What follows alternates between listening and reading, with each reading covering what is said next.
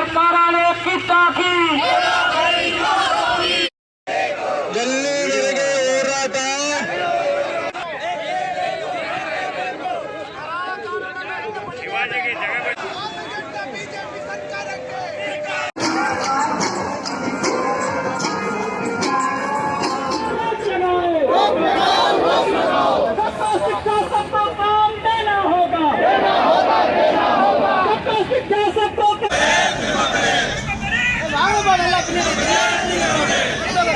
दोस्तों नमस्कार।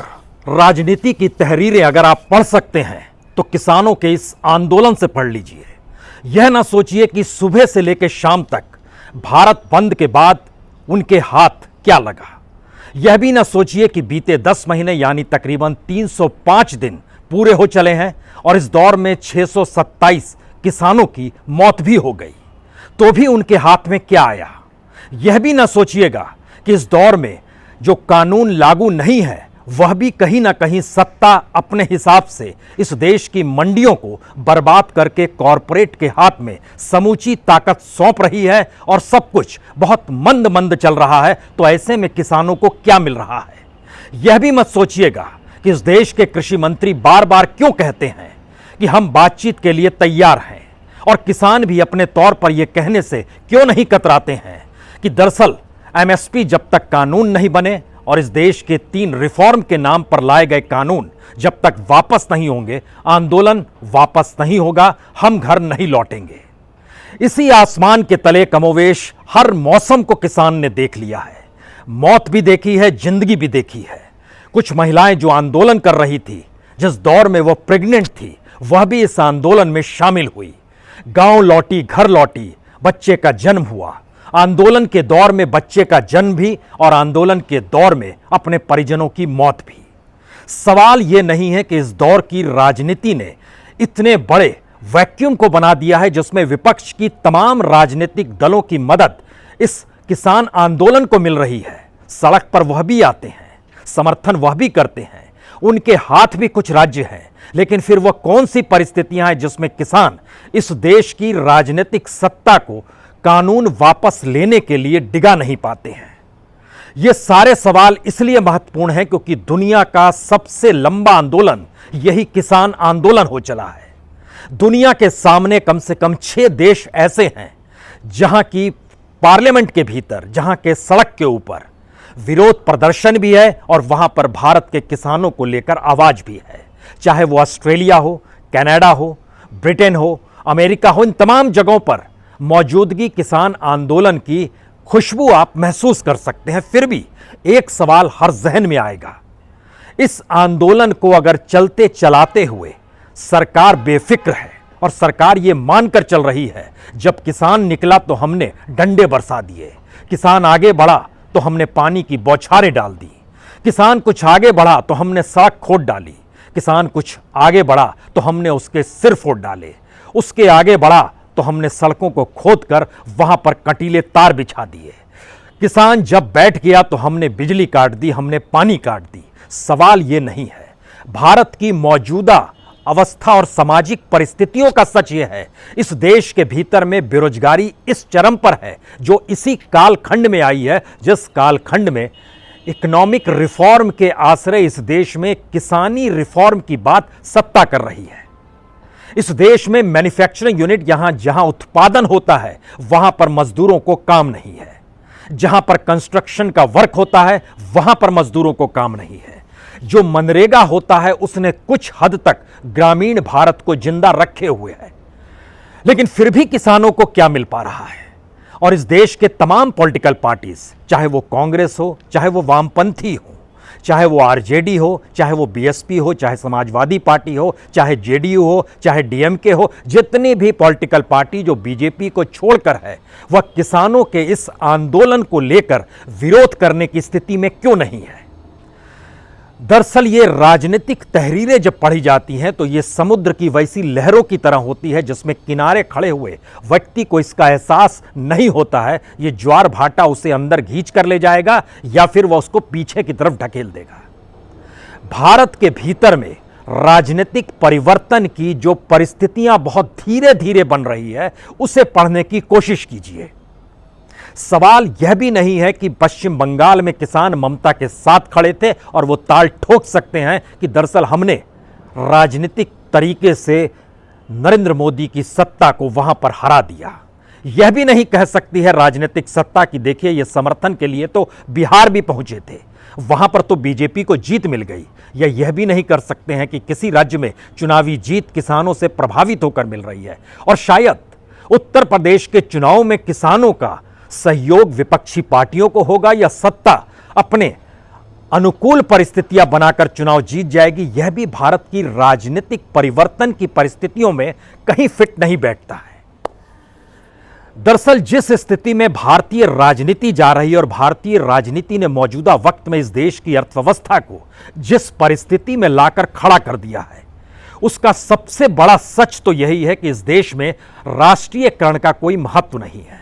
इस देश में सरकार किसी भी जिम्मेदारी को अपने कांधे पर लेना नहीं चाहती है। इस देश के भीतर में पूंजी ही सारी परिस्थितियों को तय करती है।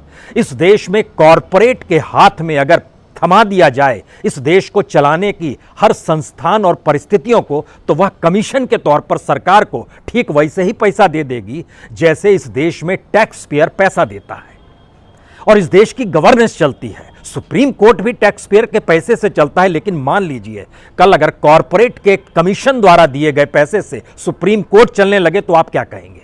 इस देश के जितने भी संस्थान हैं, चाहे चुनाव आयोग ही क्यों ना हो, चाहे कृषि मंत्रालय ही क्यों ना हो, चाहे फूड एंड प्रोसेसिंग मिनिस्ट्री क्यों ना हो, चाहे इस देश में एफसीआई क्यों ना हो, यानी इस देश के भीतर का इंफ्रास्ट्रक्चर अगर पूरी तरीके से सरकार मोनेटाइज करने की परिस्थिति में लाकर इस देश को खड़ा कर चुकी है और वो मान रही है कि इस देश में पूंजी का आना जरूरी है और पूंजी की जमीन पर खड़े होकर ही रिफॉर्म किया जा सकता है, तो वाकई कोई गलत परिस्थिति सरकार नहीं सोच पा रही है।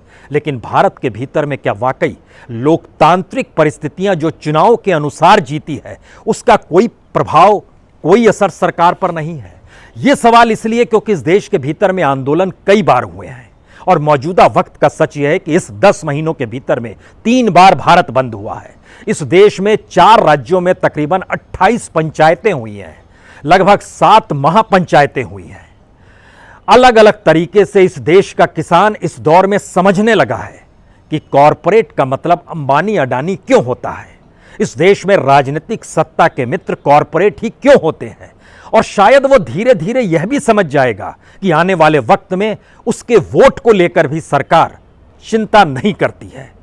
यानी जो लोकतंत्र का सबसे बड़ा हथियार उसके पास है वोट डालने का, जिसके जरिए वो सत्ता को पलट सकती है, नई सत्ता को ला सकती है, अगर वह भी बेअसर है तो इसका मतलब है कि भारत की राजनीतिक लोकतांत्रिक अवस्था के भीतर एक ट्रांसफॉर्मेशन की स्थिति बहुत धीरे धीरे आ रही है। सवाल अब यह भी हो चला है कि किसान अगर अपने तौर पर राजनीतिक दलों को अब अपने मंच पर जगह नहीं दे रहा है, जो आज भी हुआ।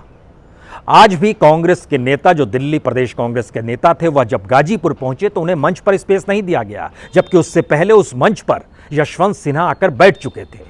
यशवंत सिन्हा अटल बिहारी वाजपेयी की सरकार में फाइनेंस मिनिस्टर भी थे, लेकिन किसानों को लेकर उन्होंने कुछ नहीं किया था। इसीलिए जब आप पॉलिटिकल पार्टीज जो पारंपरिक तौर पर भारत की राजनीति में कभी सत्ता पाती है, कभी विपक्ष में रहती है, उस परंपरा को इस दौर ने इसलिए ध्वस्त कर दिया है क्योंकि पहली बार भारत के भीतर राजनीतिक सत्ता कोई सरकार नहीं चला रही है। भारत के भीतर में संविधान के मातहत चेक एंड बैलेंस करने की स्थिति में कोई कॉन्स्टिट्यूशनल इंस्टीट्यूशन काम नहीं कर रहे हैं, बल्कि ध्यान दीजिए, लोकतंत्र मुक्त भारत, हम इसलिए इस शब्द का इस्तेमाल कर रहे हैं क्योंकि सितंबर का ही महीना था। 20 सितंबर को राज्यसभा में, 20 सितंबर 2020 को जो राज्यसभा में जिस तरीके से इन 3 कृषि कानूनों को पास किया गया, वो क्या कोई भूल सकता है? यकीनन ये सवाल है कि अगर लोकतंत्र की स्थितियां पार्लियामेंट के भीतर नहीं है तो लोकतंत्र की परिस्थितियां जब संसद के बाहर जो चीजें होंगी उसको अपने अनुकूल सत्ता करने के लिए हर उपयोग को करेगी। यहां पर एक जानकारी बड़ी महत्वपूर्ण है, मीडिया इस दौर में सरकार के साथ खड़ी है। लोग इस बात पर चिंता करते हैं कि मीडिया इसलिए खड़ी है क्योंकि विपक्ष है ही नहीं, वहां पर कोई चेहरा है ही नहीं। वहां पर वो परिस्थितियां नहीं है जहां पर अगर मीडिया मूव भी कर जाए तो कौन चुनाव जीतेगा, उसकी बातों को क्यों दिखाया जाए। इसका एक मतलब साफ है कि भारत के भीतर में लोकतांत्रिक राग अलापते हुए जो संसदीय चुनाव होते हैं वो सिर्फ सत्ता पाने के लिए होते हैं। भारत के भीतर में संस्थान जो काम करते हैं वो सिर्फ सत्ता के लिए काम करते हैं। भारत के भीतर में जो चेक एंड बैलेंस, चाहे वो जुडिशरी का हो, एग्जीक्यूटिव का हो, या फिर अपने तौर पर मीडिया की परिस्थिति भी क्यों ना हो, ये सारी परिस्थितियां बताती है कि कार्यपालिका, विधायिका, न्यायपालिका और मीडिया यह भी सत्ता के लिए ही है। इससे पहले कभी किसी ने उपयोग नहीं किया, लेकिन इसके ठीक समानांतर ऐसी आर्थिक परिस्थितियां इससे पहले कभी आई भी नहीं। आज सुबह से जब मीडिया पर यह चलता रहा कि देखिए कितनी परेशानी लोगों की है, तो क्या आप कल्पना कर सकते हैं इसी मीडिया के भीतर में अगस्त 2016 में 10,26,000 लोग काम कर रहे थे और अगस्त 2021 में 5 बरस के बाद इस मीडिया के भीतर काम करने वालों की तादाद 78% कम हो गई, वह 2,61,000 पर आ गई। क्या इस बात को लेकर कोई चिंता है? बैंक कर्मियों की जो तादाद थी 2015 में वह तकरीबन 13 लाख थी, आज की तादाद में वह बढ़ते बढ़ते मैक्सिमम 2018 में 13,63,000 तक गई, लेकिन 2021 में वह घटकर 13,25,000 पर आ गई। यानी इस बीते 5-6 सालों में सिर्फ 25,000 बैंक कर्मियों को नौकरी मिली और जो निकाले गए इस दौर में उनकी संख्या 62,000 से ज्यादा है। इस देश में कौन सा काम हो रहा है? इस देश के भीतर में उस गवर्नेंस का काम हो रहा है जिस गवर्नेंस के आश्रय सरकार को यह बार बार बताना है कि हमारी मौजूदगी उस बेफिक्री वाली है जिसमें तत्काल में आपको यही नजर आएगा, जिसमें हम कहेंगे छोटे और सीमांत किसान इस आंदोलन में हिस्सेदारी नहीं कर रहे हैं। हर कोई जानता है यह देश हैंड टू माउथ है, यानी अगर नौकरी नहीं करेगा, मजदूरी नहीं करेगा तो अगले शाम वो खाएगा क्या, यह उसके सामने सवाल है। और इस सवाल से सरकार ने कभी भी रास्ता दिखाने की कोई कोशिश नहीं की। ध्यान दीजिए, कमोवेश हर क्षेत्र में आज सरकार ने इस बात का ऐलान किया कि हम डिजिटल कार्ड बनाएंगे मेडिकल का। प्रधानमंत्री मोदी टेलीविजन पे आए, वहीं से उन्होंने ऐलान कर दिया। वो सड़क पर आकर इन बातों का जिक्र नहीं कर सकते हैं। सड़क पर आकर वो देर रात में अंधेरे के दौर में वह सेंट्रल विस्टा जहां पर नई पार्लियामेंट बन रही है, उस पार्लियामेंट का जिक्र वो अपने तौर पर देखकर करना चाहते हैं। लेकिन यह भी समझना होगा, अफगानिस्तान की पार्लियामेंट जो बनी उसका पैसा भारत नहीं दिया था, लेकिन अफगानिस्तान में संसदीय व्यवस्था नहीं है। अफगानिस्तान के भीतर की परिस्थितियां जो नाजुक हो चली है उसकी तुलना भारत से करने की जरूरत नहीं है, लेकिन इमारतों में लोकतंत्र और इमारतों में संविधान नहीं बचता है, उसके साथ सरोकार की जरूरत होती है। और ये परिस्थितियां भारतीय राजनीति ने सरोकार को जनता के साथ क्यों खत्म कर दिया है। जब रात के 9 बजे सेंट्रल विस्टा में मजदूरों से मिल सकते हैं, काम देख सकते हैं कैसे संसदीय प्रणाली चल रही है, उसकी जो इमारत खड़ी होगी, उस परिस्थिति में वह दिल्ली के सीमा पर आकर किसानों से संवाद क्यों नहीं बना सकते हैं। कई मतलब इसके निकलते हैं। भारत की राजनीति में जो ट्रांसफॉर्मेशन की परिस्थितियां बन रही है, ये खतरे की घंटी शायद बीजेपी के लिए है, ये खतरे की घंटी शायद उन पारंपरिक राजनीतिक दलों के लिए भी है जिनके हाथ में अपने अपने राज्य में सत्ता है और वो केंद्र का विरोध सिर्फ किसानों के साथ खड़े होकर एक एसेंस के तौर पर या औपचारिक तौर पर कर रहे हैं। हर कोई जानता है कि भारत अगर जिंदा है तो वह फसलों पर ही जिंदा है और भारत का फसल का प्रोडक्शन इसी 5-6 साल में मोदी काल में किसानों ने अपने बूते बढ़ाया है। उसमें सहयोग सिर्फ इतना रहा कि जो फर्टिलाइजर था उसकी आवाजाही कहीं नहीं रुकी, लेकिन खेती महंगी होती चली गई, लेकिन उसकी एवज में कीमत किसानों को नहीं मिलती रही। जो बार बार इस बात का जिक्र होता है कि हमने दुगनी परिस्थिति में लाकर किसानों को मुनाफे के साथ खड़ा करने का जो दावा किया है 2022 तक आय दुगनी हो जाएगी, हम उस दिशा में बढ़ रहे हैं। लेकिन हकीकत यह है कि जो किसानों को मिलता था इससे पहले, उसके समानांतर जो वो मजदूरी करता था, इसके समानांतर वह जो पशुधन से कमाता था, इसके समानांतर बाकी जो भी हो सकता है, चाहे वो दूध बेचे, लेकिन खेती से उसकी आय में बढ़ोतरी नहीं हुई। हमें लगता है यहां कुछ तथ्यों को समझने की जरूरत है। जिस ट्रांसफॉर्मेशन का हम आपसे जिक्र करना चाहते हैं, उसमें जो बीजेपी की मदर ऑर्गेनाइजेशन आरएसएस है, राष्ट्रीय स्वयंसेवक संघ है, उसे भी आज जरा माइन्यूटली समझने की कोशिश कीजिए। आरएसएस बार बार कहती है हमारा मुखपत्र पांचजन्य नहीं है। जब जब पांचजन्य में कुछ ऐसी बातें छपी जो कि राजनीतिक सत्ता या उसकी पॉलिटिकल पार्टी या आरएसएस के लिए समाज में घातक होती है तो वो पल्ला झाड़ लेती है। लेकिन एक नया परिवर्तन आया है। इस परिवर्तन का हम जिक्र आपसे इसलिए कर रहे हैं क्योंकि जिस वक्त इस देश में आरक्षण का जिक्र था, जब बिहार के इलेक्शन पिछली बार थे, तो आरक्षण का विरोध सरसंघचालक ने किया था, पांचजन्य छापा, बाद में उससे बदल गए। इससे पहले भी 3 घटनाएं ऐसी हो चुकी है जिसमें, लेकिन ये नई परिस्थिति है। इस नई परिस्थिति में ध्यान दीजिए, जो ग्रोसरी का मार्केट है रिटेल सेक्टर का, वो लगभग 40 लाख करोड़ का है और भारत के भीतर में जो ओवरऑल रिटेल सेक्टर है वो तकरीबन 63 लाख करोड़ का है। अमेजन और अंबानी उसी में दौड़ लगा रहे हैं कि उनके पास सबसे ज्यादा इस बाजार का कब्जा उनके पास रहे। अमेजन को लेकर पांचजन्य ने जब यह लिखा कि वह घूस देता है अपने अनुकूल नीतियों को करने के लिए और वह ईस्ट इंडिया कंपनी की तर्ज पर है, पांचजन्य कह रहा है। और ठीक इससे पहले इन्फोसिस को लेकर उसने कहा था, जो कि एक लिहाज से आपकी टेलीकम्युनिकेशन और टेक्नोलॉजी से जुड़ी हुई है, उसको उसने भारत विरोधी करार दिया था।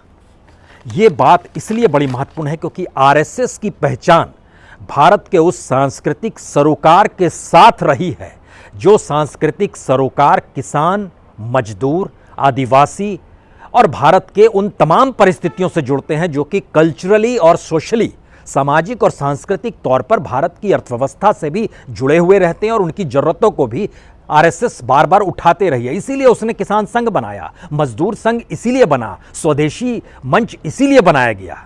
लेकिन आज की तारीख में आप देखिएगा जो उथल पुथल भारतीय समाज के भीतर में है, उसमें वह उस दिशा में उंगली उठा रही है आरएसएस या पांचजन्य, जिसके जरिए वह इस बात का ऐलान करना चाहती है कि मोदी गवर्नमेंट जो स्पेस दे रही है अंतर्राष्ट्रीय तौर पर, उसमें सत्ता भी इन्हीं की रहे और विपक्ष भी यही रहे।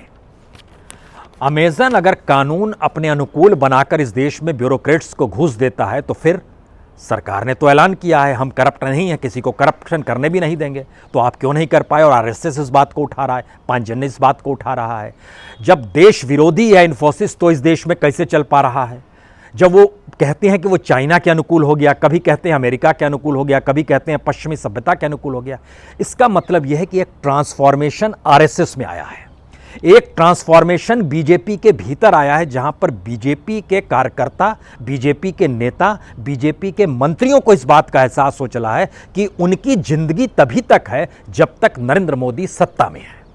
और नरेंद्र मोदी को भी इसका एहसास हो चला है कि धीरे धीरे इस देश के लोग ही नहीं बल्कि अपनी पॉलिटिकल पार्टी और आरएसएस को भी अपने ऊपर जब निर्भर कर लिया जाएगा, यानी एक ऐसा सिस्टम डेवलप किया जाए, अगर अपने ऊपर निर्भर कर लिया जाएगा तो वह उन्हें सही मानेंगे।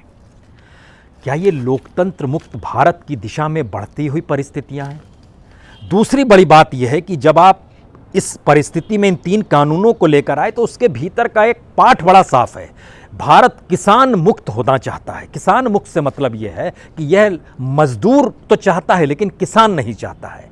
किसान ऐसा किसान नहीं चाहता है जिसके पास जमीन हो, जो तय करे कि हम कौन सी फसल उपजाएंगे, जो सरकार से इस बात को संविधान के मातहत मिले हक का जिक्र करे कि हमको आप इतने अनाज की इतनी कीमत दीजिए। वह कोई सवाल सरकार को बर्दाश्त नहीं है। वो चाहता है कि सारे किसान, सरकार चाहती है, उसके नियम कायदे साथे हैं। और ये जो रिफॉर्म है, जो एग्रीकल्चर रिफॉर्म है, वह भी यही चाहता है, इस देश में सिर्फ मजदूर ही रहें। इसके कई मतलब है इस दौर में, क्योंकि जिन परिस्थितियों में हम आकर खड़े हो गए हैं उसमें किसी भी सरकार की मौजूदगी जनता में एक भरोसा पैदा करती है। सरकार की एक साख होती है तो जनता के भीतर में एक सपना देखने की चाहत होती है। लेकिन अगर सपने खत्म हो चले हैं, भरोसा टूट चुका है, उम्मीद बच नहीं पा रही है, तो ऐसे में सरकार की भक्ति और सरकार का विरोध, यही 2 परिस्थिति आपको बार बार नजर आएगी। क्योंकि उम्मीद, साख और भरोसा जो होता है वह किसी भी देश को डेवलप करने की परिस्थिति में ले जाता है। यानी भारत कैसे आगे बढ़े, आने वाली पीढ़ी किस रूप में इस देश को जब संभाले तो उसके पास कौन सी पूंजी हो, और इस देश की विरासत जब हम आने वाले पीढ़ियों को सौंपे तो हम इस देश को कितना शानदार बनाकर उन्हें सौंपे। ना ये आपको मीडिया के क्षेत्र में नजर आएगा, ना इस देश की अर्थव्यवस्था के मातहत आरबीआई के भीतर नजर आएगा, ना इस देश की प्रीमियर जांच एजेंसी सीबीआई, ईडी, आईटी उसके भीतर नजर आएगा, ना इस देश के इलेक्शन कमीशन के भीतर ये नजर आएगा। और तो और इस देश के एजुकेशन और हेल्थ सिस्टम में भी कुछ भी नया दे पाने की परिस्थिति में नहीं है। और ये बात कोविड के दौर में खुलकर सामने आ गई, जब इस देश के भीतर में जो मेडिसिन है वो मेडिसिन इलाज कर सकती है, और वही मेडिसिन जब खत्म हो जाए तो उस मेडिसिन की जरूरत नहीं है। ये और कोई नहीं, एम्स के गुलेरिया को आपने सुना होगा, जो डायरेक्टर है वहां पर, टेलीविजन में बैठकर कौन सी दवाई एक वक्त महत्वपूर्ण थी, वही दवाई क्यों दूसरी बार महत्वपूर्ण नहीं थी, इसका कोई जवाब नहीं है। ये सारी परिस्थितियां बताती है कि हम धीरे धीरे एक ऐसी दिशा में बढ़ रहे हैं जहां पर अभी तक ये माना जाता था कि पॉलिटिकल पार्टी होनी चाहिए जो उस वैक्यूम को भर सके, जिस वैक्यूम को सत्ता अपने करप्शन, अपनी गैर नीतियों से, गैर सरोकार से उसको जब डेवलप करती है तो उसको हटाने के लिए पॉलिटिकल प्रोसेस होता है। लेकिन यहां तो पूरे देश के भीतर में एक जो ट्रांसफॉर्मेशन है, इसीलिए इस ट्रांसफॉर्मेशन का असर यह है कि किसान अगर बीते 305 दिनों से बैठा है और 627 किसानों की मौत हो गई, इस देश में कहीं भी कोई आहट नहीं हुई। इसलिए नहीं हुई क्योंकि इस देश के भीतर में कमोवेश हर परिवार के भीतर ही यह संकट है, चाहे वो मिडिल क्लास हो, लोअर मिडिल क्लास हो, मजदूर का परिवार हो या फिर कहीं पैसे वाला शख्स हो, वह भी हर कोई उपाय खोज रहा है कि कैसे इस सरकार से उसे ना टकराना पड़े। जो पैसे वाला है वो देश छोड़कर जा रहा है, जिनकी संख्या आपको मिल जाएगी, जो MEA का साइट है उसमें मिल जाएगी। और यूं हम आपको जानकारी दे देते हैं कि इस 5-6 साल में जितनी बड़ी तादाद में इस देश को छोड़कर जो लोग गए हैं, उनकी संख्या उसके बीते 20 सालों में जितनी थी वह इस 5 साल में है। उसने उपाय खोज लिया। मिडिल क्लास के सामने संकट है कि वह किसी भी हालत में टैक्स पे करते हुए रोजगार को बचाए रखने के लिए किसी भी रूप में रेंगने को तैयार है। मीडिया के सामने भी यही है। मीडिया धीरे धीरे बिजनेस में तब्दील हो गया, यानी जो मंत्र थे किसी भी देश को आगे बढ़ाने के, वो सारी चीजें गायब होती चली जा रही हैं। अब आखिरी सवाल इन सब के बीच यह है कि जब ये दुनिया का सबसे लंबा चलने वाला आंदोलन है, इसी दौर में सरकार ने लाठी, पानी, आंसू गैस, सड़क खोदना, तार लगाना, कांटे बिछाना सब कुछ कर लिया। इसी दौर में किसानों ने भी अपने तौर पर 11 राउंड की बातचीत भी कर ली, 3 बार बंद भी बुला लिया, 38 बार पंचायतें भी कर ली, 7 बार महापंचायतें भी कर ली। हर political party, CPI, CPM, RJD, Congress, NCP, Shiv Sena, BSP, DMK, LDF, UDF की तो दोनों यूनियन ने केरल में वहाँ समर्थन कर दिया। और जो तमाम राज्य हैं, तमाम जगहों पर हर चीज़ चलती रही। और आज जब बंद हुआ तो इस बात को सिर्फ रहने लगी कि 25 ट्रेनें प्रभावित हो गई, 6 ट्रेनों को रद्द करना पड़ा, देश के अलग अलग हिस्सों में आवाजाही पर रुकावट पड़ी। यह समाधान नहीं है और यह सफलता भी नहीं है, ये आंदोलन भी नहीं है। भारत में पहली बार शायद एक ऐसी परिस्थिति में किसान आंदोलन आकर खड़ा हो गया है जहां पर हर घर के भीतर में जो परेशानियां हैं, उन परेशानियों को कम करने के लिए वह किसान आंदोलन देख ले। सरकार ने इस देश के भीतर में रास्ते समाधान के लिए नहीं खड़े किए हैं, बल्कि एक मुश्किल से बड़ी मुश्किल की दिशा में बढ़े हैं। महात्मा गांधी अपने दौर में जब हिंदू मुस्लिम इस देश में किया जाता था तो एक बड़ी लकीर खींच देते थे और उसमें पूरे देश की जनता को उस आंदोलन से जोड़ देते थे। यहां पर खेल उल्टा है। यहां पर आपके सामने अगर मुश्किल है, बैंक आप देख रहे हैं कंगाल हो रहे हैं, आपके पैसे सुरक्षित नहीं है, तो एक दूसरी परिस्थिति खड़ी कर दी जाएगी। जिनके पास पैसा है उनके सामने और बड़ी मुसीबत आ जाए तो आप इस बात को लेकर खुश हो जाए कि अरे हमारा तो बैंक में इंटरेस्ट रेट कम है, लेकिन देखिए उसका तो पूरा पैसा डूब गया और उसने पैसा क्यों कमाया था। यानी समाज को बांटना नहीं इसे कहते हैं, इसे कहते हैं समाज को सत्ता पर आश्रित करवा देने की परिस्थितियां। और इसमें जब इलेक्शन के प्रोसेस में जब आपके सरोकार जनता से नहीं है तो इसका मतलब है कि आप बहुत चीज़ों को सुनिश्चित कर चुके हैं। हम चुनाव कैसे जीतेंगे, वो धनबल होगा, बाहुबल होगा, EVM होगा, कुछ भी हो सकता है, वो XYZ। क्योंकि जब जनता के आक्रोश, जनता के गुस्से का, जनता के भीतर आंदोलन की परिस्थितियों का इसका असर भी आप बरना पड़े, तो इसका मतलब है भारत के भीतर में राजनीतिक परिस्थितियों ने मोदी काल में इस देश की राजनीतिक व्यवस्था में एक परिवर्तन लाने की परिस्थितियों को जन्म दे दिया है। इसीलिए अब विपक्ष के भीतर कोई उबलती हुई परिस्थिति नहीं देखिएगा। इसीलिए बीजेपी के भीतर जो मंत्री भी हैं, जो कार्यकर्ता भी हैं, उसमें भी कोई आप उसके भीतर से गुस्सा नहीं देखिएगा, चाहे उसको अपने गांव में वहां पर गालियां खानी पड़े, मुश्किल हो जाए, वो नहीं देगा। क्योंकि भारत का पूरा समाज दरअसल एक आंदोलन के उन परिस्थितियों से गुजर रहा है जब इससे पहले भारत के भीतर में चुनाव का मतलब लोकतंत्र था और लोकतांत्रिक परिस्थितियां थी, तो भारत बंद से सरकार परेशान हो जाती थी। आंदोलन अगर 18 दिन, उस वक्त 8 दिन भी टिकैत साहब ने चला लिया, जो बड़े महेंद्र सिंह टिकैत हुआ करते थे, या मेरठ में जब वो बैठे थे 3 सप्ताह तक आंदोलन चला लिया, परेशानी हो जाती थी। अब कोई परेशानी नहीं है। इसका यह मतलब कतई नहीं है कि यह आंदोलन किसानों का नहीं, बल्कि उन किसानों का है जो बिचौलिए हैं, उन किसानों का है जो बड़े किसान हैं। जी नहीं, सवाल यह है कि आंदोलन करते वक्त ठीक वैसे ही होता है जब आप चावल को बनाते हैं तो 1-2 चावल ही हाथ में उठाते हैं। आंदोलन भी भारत की राजनीतिक, सामाजिक और आर्थिक परिस्थितियों का हिस्सा बन गया है।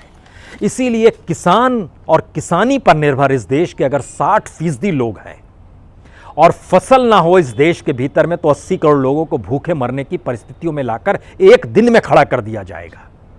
और भारत की राजनीति और भारत का एक्सपोर्ट और भारत की इकोनॉमी अगर इस पूरे फसल के प्रोसेस से काट दीजिए, किसानी से काट दीजिए, तो भारत बचेगा ही नहीं, वो पाषाण काल में चला जाएगा, क्योंकि हमने चीज़ें डेवलप नहीं की है।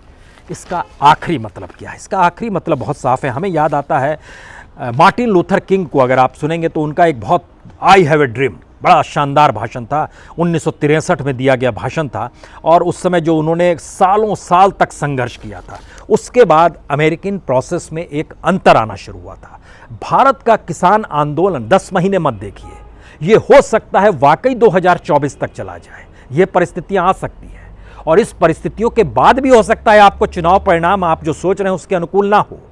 लेकिन भारत के समाज के भीतर की परिस्थितियां किस दिशा में जाएगी? अच्छी बात यह है कि अभी भी भारत अहिंसक परिस्थितियों को जी रहा है। नॉन वायलेंस इसने एक अपना आधार बनाया हुआ है, और ये वो परिस्थितियां हैं जहां पर आज अगर चुनाव आयोग की साख खत्म हो रही है, सुप्रीम कोर्ट से भरोसा डिग रहा है, तो कल पार्लियामेंट को लेकर तो कोई भरोसा जागृत हो नहीं पा रहा है। तब आप कल्पना कीजिए कि इस देश के पार्लियामेंट्रीज या एमएलएज जो सड़कों पर निकलेंगे वह तुरंत पहचान में आ जाएंगे, और जनता और उनके बीच एक दूरी होगी। यह दूरी आने से पहले सत्ता समझ जाए तो ठीक है, अन्यथा यह तो मानकर चलिए कि अगर इसको लोकप्रिय अंदाज में कहिएगा तो आने वाले वक्त में आरएसएस के सबसे मुश्किल दिन, बीजेपी लगभग 20 से 25 साल पीछे चली जाएगी, और वो तमाम पॉलिटिकल पार्टीज जो अभी भी पारंपरिक तरीके से राजनीति करने की दिशा को सोचती रहती है, उसको अपने पूरी परिस्थिति को झटके में बदलना होगा।